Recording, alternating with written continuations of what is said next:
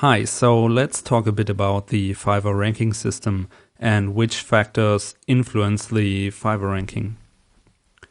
If we click on any gig, let's take this first one, you will notice that he only has 5-star ratings and almost 500 reviews. Not every buyer is reviewing, so he probably has twice as much sales with this gig. And we can click on negative ratings. Okay, here's one. That's still pretty good. So we are really aiming for 5-star ratings only. We don't want any negative ratings because one rating in 30 can really affect your gig negatively, and Fiverr is really sensitive about negative ratings. So another thing that influences the ranking is the orders in queue. So we really want to keep as many orders in queue as possible. And it's really a circle. So the more orders you have in queue, the better your ranking will be.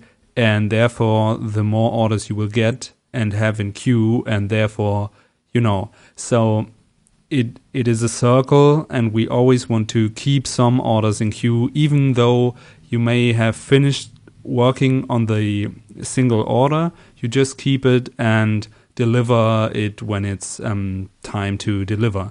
And which brings us to the delivery time. We really want to have a short delivery time, but long enough so we can keep some orders there for a few days. So I think 5 days, maybe 7 days is a perfect delivery time. And you don't want to upset your customers with huge delivery times like 21 days or something. You can do that if you have a really successful gig, but you want to start out low. Maybe if you start your gig, you want to have 3 days delivery time or something. And then maybe go to 5 days or 7.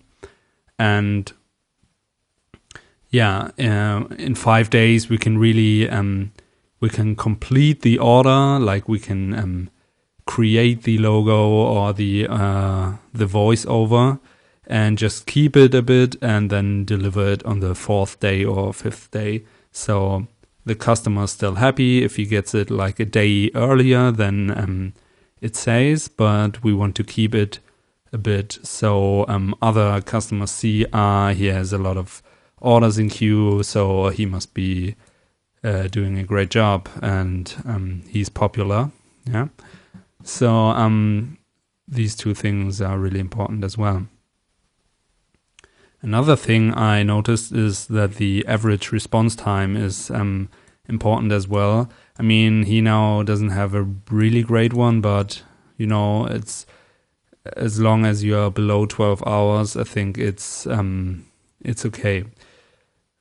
So you really want to answer all the messages and questions you get from your customers, and also write them a short message. If you have received the order, you can write them, "Thanks for your order, I'm working on it," and this is really all it takes.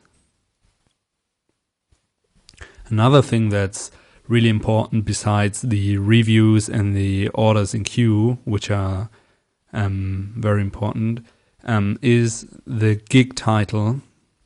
And as you see, this guy has only logo design as his gig title, which isn't really good English, but it really serves Fiverr SEO reasons.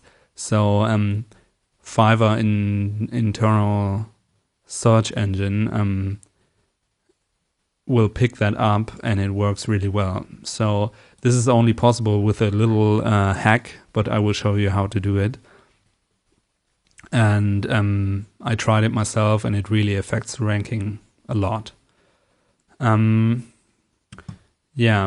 Another thing, I'm not completely sure if this really affects the ranking, but is the username.